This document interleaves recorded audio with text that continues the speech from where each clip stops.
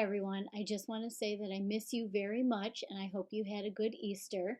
And this is very challenging, but I'm learning a lot with distance learning. And I have another story that I want to share with you, and there is a STEM challenge at the end. So I am dressed like this for a reason. You can see my shirt, my heavy metals from the periodic table of elements, with my rockers, my iron, my lead, my molybdenum, and my mercury, guys. They know how to rock out. That's why I'm dressed like this. So the name of the story is Ada's Violin. And this is a very special story of the Recycled Orchestra of Paraguay. Now, if you're not sure where Paraguay is, go ahead and Google it or look on a map and see if you can find it and find out some other information about Paraguay and what it's like there also. Okay, so here we go. Ada Rios grew up in a town made of trash. Every morning at dawn, Ada heard the first garbage trucks rumble and roll down the road to Catura. Beep, beep, beep. Backing into the landfill, they tipped their loads up and crash. The trash came tumbling down, 1,500 tons each day. Ada and her friends watched as the recyclers scrambled, tearing into plastic bags with long-handled hooks, pushing aside moldy produce, and grabbing anything they could recycle or sell. The going rates? 5 cents for a pound of cardboard, 10 cents for a pound of plastic. This noisy, stinking, sweltering slum was not the most nurturing neighborhood. Ada watched, eyes wide, but she didn't say much, and yet she liked to imagine each garbage truck was a box of surprises. One never knew what might be inside. Her father had found appliances, toys, perfumes, and antique watches. One woman even discovered a small box full of gold jewelry. Little did Ada know there was a bigger surprise waiting for her in the landfill. Every day when Ada's parents went to work, Grandmother Marion cared for Ada and her little sister Noella. Grandma loved to sing rock and roll songs from the 1960s. The girls grew up to the tunes of the Beatles, Simon and Garfunkel, and Creedence Clearwater Revival. Ada loved to sing too, but only when no one was listening. Ada's dad brightened the night with stories of songs of great musicians. He turned up the radio and pointed out the sounds that each instrument made. Ada heard one above all others. Zing went the strings of the violin. When the girls started school, Grandma returned to work as a recycler, collecting bottles and cans in the city. Classes let out at noon. Young Ada was in charge of Noella until her parents were done with work. At first, the girls stayed close to home, playing with Grandma Marion's doggies and making sand cakes in the dirt. Soon they joined their cousins, playing hide and seek or a game of handball in the streets. In time, they ventured farther afield, walking down to the Bogota to get candy. But Ada noticed the teenagers hanging out in the alleys, grumbling about life in the landfill looming ahead. What would happen to them, to her little sister? She watched as the older kids turned to gangs and got into fights. One day, when Ada was 11 years old, her grandmother saw a sign posted on the wall of a chapel. Violin, guitar, cello, taught Saturdays at 8 a.m. Fabio Chavez. How grandmother had longed to learn music. Too late for her, maybe, she thought, but not for her granddaughters. She signed them up without asking them or their parents. Ada's heart sang out. Thanks to her abuela, she could leave her worries behind and learn to play. At the first class, the teacher, Fabio Chavez, had 3 guitars and 2 violins to share. Ada chose the violin right away, but 10 children had signed up. Frustrated, Ada and her friends found that there were not enough instruments to go around. And there was a bigger problem. Everyone quickly realized that the children would need to practice at home. But it wasn't safe to be seen with an expensive instrument in Katera, where a violin is worth more than a house. Watching the children play amid broken glass and rusty metal, Senor Chavez knew he had to do something. He remembered a band called Les Lutheres that made its own instruments. That was it.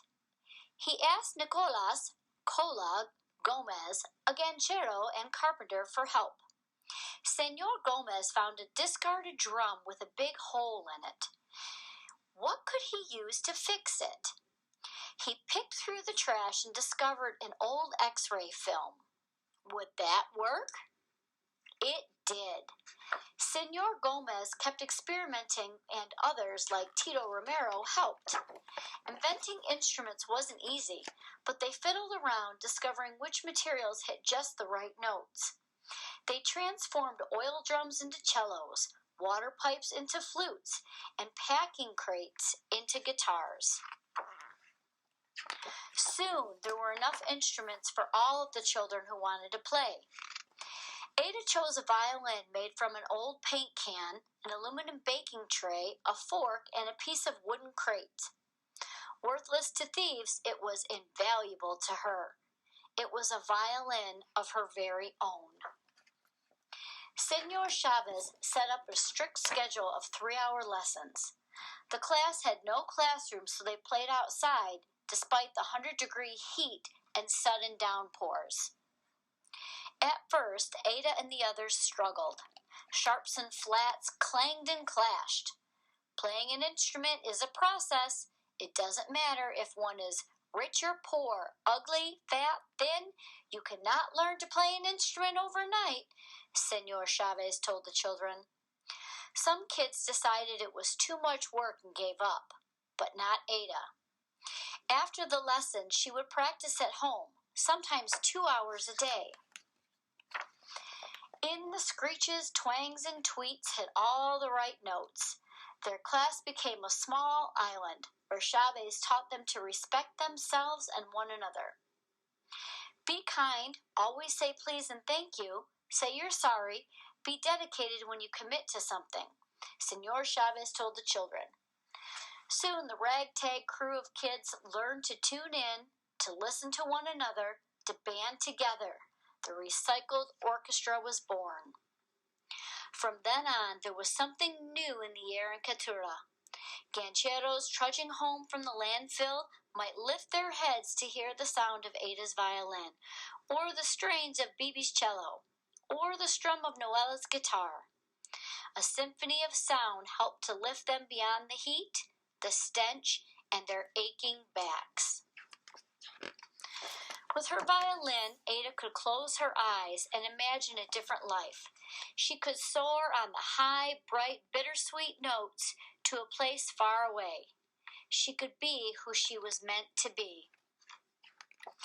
As Ada's skill grew, so did her confidence. Once timid, she now took center stage playing solos. She helped teach the younger children too. Her teacher and fellow students took note. When she was 12 years old, Ada was named the first violinist. Imagine, she was first at something. Shortly after, she and her 39 fellow musicians were invited to perform concerts in Katera, and later in the nearby capital city of Asuncion. Word of this extraordinary orchestra spread.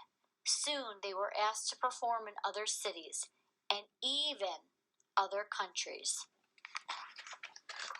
Ada and her friends flew on the first plane. They stayed in their first hotel. They swam in the bright blue waters of Rio de Janeiro, sampled their first pastries and pineapples, and saw sights that they'd never imagined. The world dazzled them, just as they dazzled the world. When Ada was 16, the orchestra received a very special invitation. They were asked to tour with a world-famous rock band. More than 35,000 people awaited them at their first concert stop in Bogota, Colombia. Ada was more than nervous. She didn't know how to enter or how to greet the audience. She went blank. She saw a giant stage with glaring lights and heard people screaming. But she didn't have to worry. As the Recycled Orchestra took stage, the people who had paid to see the rock band cheered for them. The enormous audience sang and swayed to the music as the orchestra played.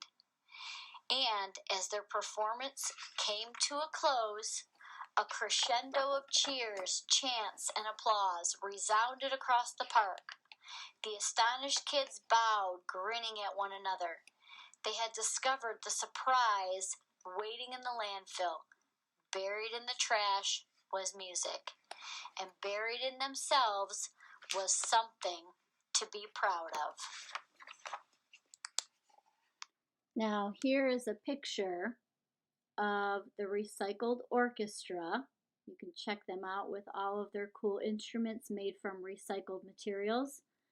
So, my challenge to you is to develop your own musical instrument from things that can be recycled, or you can think of one that's already made some kind of instrument, but make it with recycled materials. Invent your own. You can use things you have around the house that you would normally recycle, like cardboard, plastic, milk jugs. Use some string, use some scissors, use some tape, rubber bands, whatever you've got. So I would like you to do that challenge, and then if you want to do a short video of playing that instrument like these guys on my shirt, that would be great. You could even make up a song if you want, or play a song that you know with your new instrument or your old instrument made from recycled materials, whatever you want to do.